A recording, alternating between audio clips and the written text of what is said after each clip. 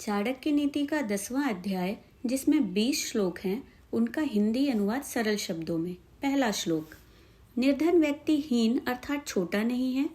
धनवान वही है जो अपने निश्चय पर दृढ़ है, परंतु विद्या रूपी रत्न से जो हीन है वह सभी चीजों से हीन है।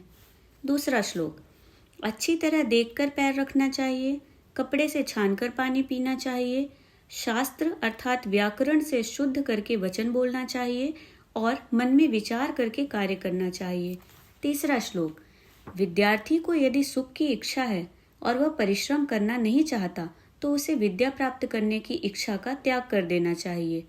यदि वह विद्या चाहता है तो उसे सुख सुविधाओं का त्याग करना होगा, क्योंकि सुख चाहने वाला विद्या प्राप्त नहीं कर सकता। दूसरी ओर विद्या प्राप्त करने वालों को आराम नहीं मिल सकता। चौथा श्लोक। कवि लोग क्या नहीं देखते, स्त्रियां क्या नहीं कर सकती, मदिरा पीने वाले क्या क्या नहीं बकते, कौवे क्या क्या नहीं खाते। पांचवा श्लोक। भाग्य की शक्ति अत्यंत प्रबल है। वह पल में निर्धन को राजा और राजा को निर्धन बना देती है। वह धनी को निर्धन और निर्धन को धनी बना देती है। छठवां श्लोक। लोभियों का शत्रु भिखारी है, मूर्खों का शत्रु ज्ञानी है, व्यभिचारिणी स्त्री का शत्रु उसका पति है और चोरों का शत्रु चंद्रमा है। सातवां श्लोक। जिसके पास न विद्या है, न तप है, न दान है और न धर्म है, वह इस मृत्युलोक में पृथ्वी पर भार स्वरूप मनुष्य रूपी मृगों के समान घूम रहा है। वास्तव में ऐसे व्यक्ति का जीवन व्यर्थ है, वह समाज के किसी काम का नहीं है। आठवां श्लोक। शून्य हृदय पर कोई उपदेश लागू नहीं होता, जैसे मलयाचल के संबंध में बांस चंदन का वृक्ष नहीं बनता।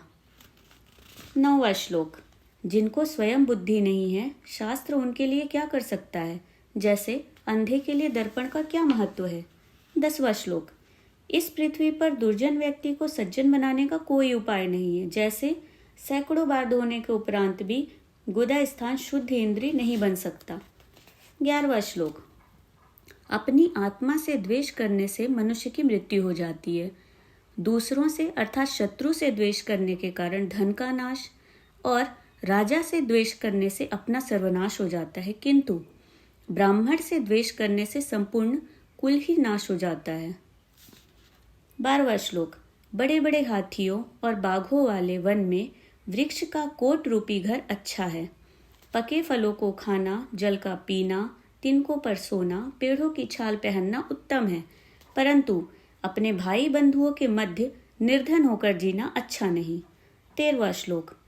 ब्राह्मण वृक्ष है, संध्या उसकी जड़ है, वेद शाखाएं हैं, धर्म तथा कर्म पत्ते हैं, इसलिए ब्राह्मण का कर्तव्य है कि संध्या की रक्षा करे, क्योंकि जड़ के कट जाने से पेड़ के पत्ते व शाखाएं नहीं रहती।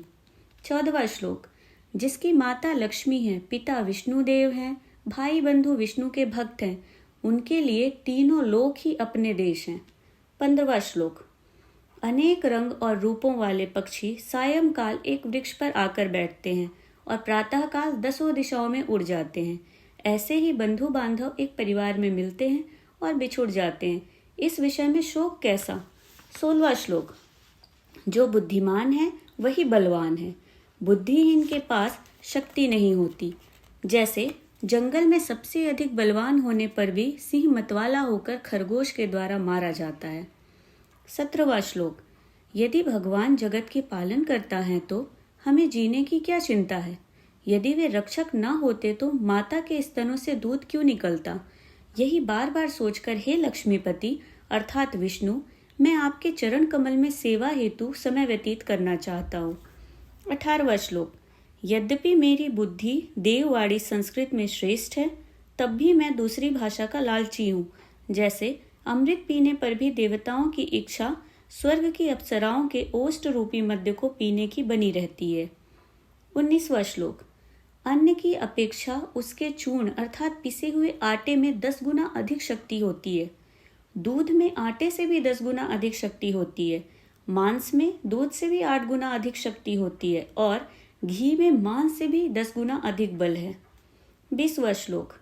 साग खाने से रोग बढ़ते हैं, दूध से शरीर बलवान होता है, घी से वीर्य शक्ति बढ़ता है और मांस खाने से मांस ही बढ़ता है।